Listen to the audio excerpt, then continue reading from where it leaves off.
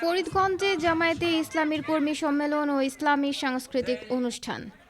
চাঁদপুরের ফরিদগঞ্জ উপজেলার ১০ নং দক্ষিণ গোবিন্দপুর ইউনিয়ন জামায়াতে ইসলামীর কর্মী সম্মেলন ও ইসলামী সাংস্কৃতিক অনুষ্ঠান অনুষ্ঠিত হয়েছে।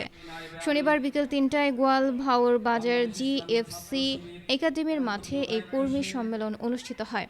অনুষ্ঠান শেষে সন্ধ্যায় ইসলামী সাংস্কৃতিক অনুষ্ঠানে সাংস্কৃতিক কর্মীরা ইসলামী সঙ্গীত পরিবেশন করেন।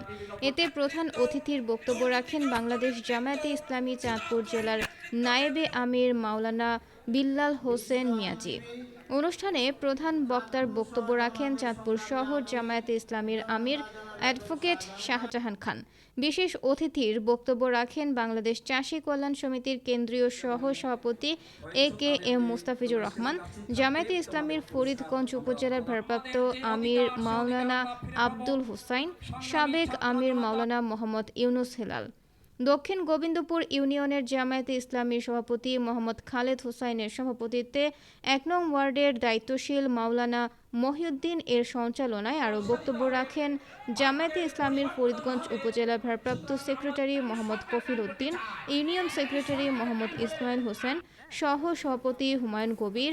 এ সময় জামায়াতে ইসলামীর সকল নেতৃবৃন্দরা উপস্থিত ছিলেন। কর্মী সম্মেলন শেষে বিভিন্ন শিক্ষা প্রতিষ্ঠানের প্রতিযোগিতায় বিজয়ী শিক্ষার্থীদের মাঝে পুরস্কার প্রদান করা হয়। এরপর পুরস্কার নিচ্ছেন